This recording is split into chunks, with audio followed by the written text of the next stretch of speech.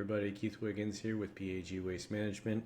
We're going through the Handbook of Biomass, Downdraft Gasifier Engine Systems, a bit of a mouthful, this document back from the 80s. And we're going to just go through Chapter 2 today, the history, current developments, and future directions, which is very interesting. So, historical development, early development of gasification. Gasification was discovered independently in both France and England in 1798, and by 1850, technology had been developed to a point where it was possible to light much of London with manufactured gas, or town gas, from coal. Manufactured gas soon crossed the Atlantic to the United States, and by 1920, most American towns and cities supplied gas to the residents for cooking and lighting through local gasworks. In 1930, the first natural gas pipeline was built to transport natural gas to Denver from the oil field of Texas. As pipelines crisscrossed the country, very low-cost natural gas displaced manufactured gas, and the once widespread industry soon was forgotten. Town gas continued to be used in England until the 1970s, but the plants were dismantled following the discovery of the North Sea oil. Today, a few plants are still operating in the Third World.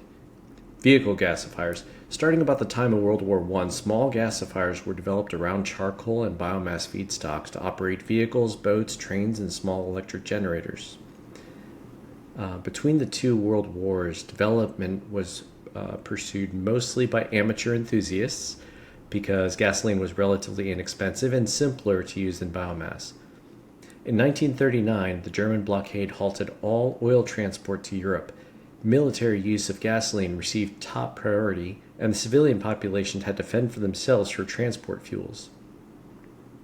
Approximately 1 million gasifiers were used to operate vehicles worldwide during the war years. The subsequent development of wood producer gas units is a testament to human ingenuity in the face of adversity. Extended accounts make fascinating reading and inform the reader of both the promise and difficulties of using producer gas. At the beginning of World War II, there was a great deal of interest in all forms of alternative fuels. By 1943, 90% of the vehicles in Sweden were powered by gasifiers.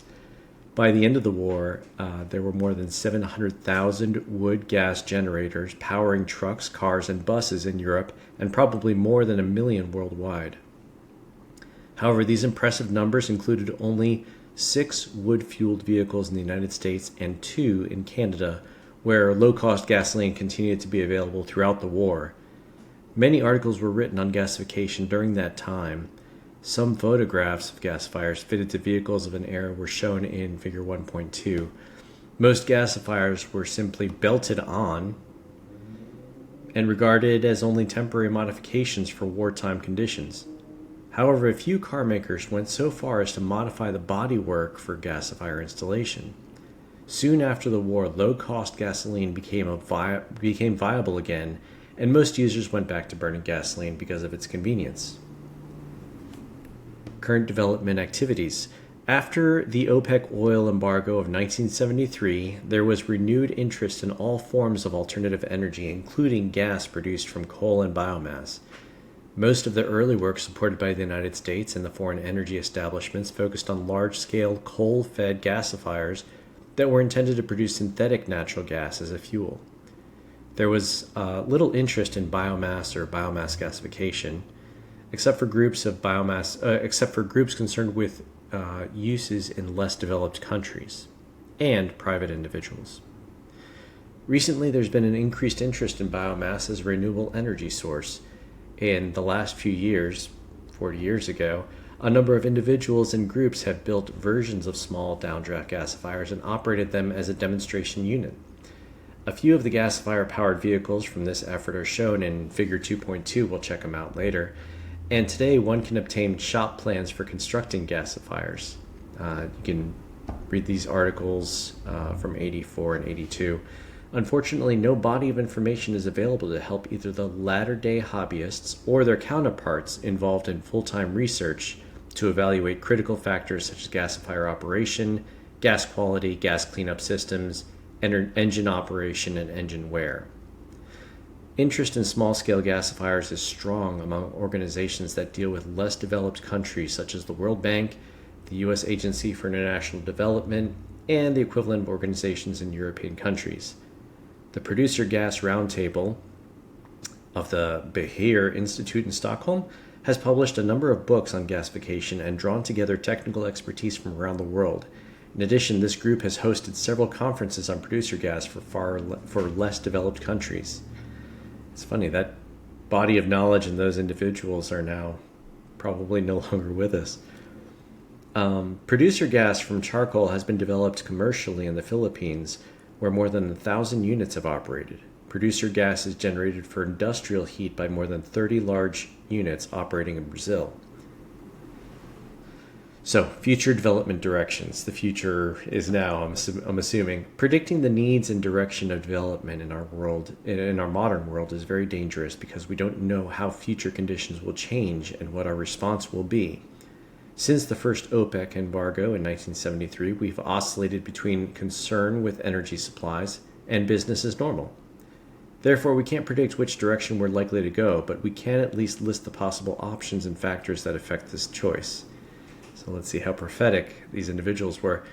In normal times, development is driven by economic considerations, and some of the economic factors influencing use of gasification are listed in Chapter 13.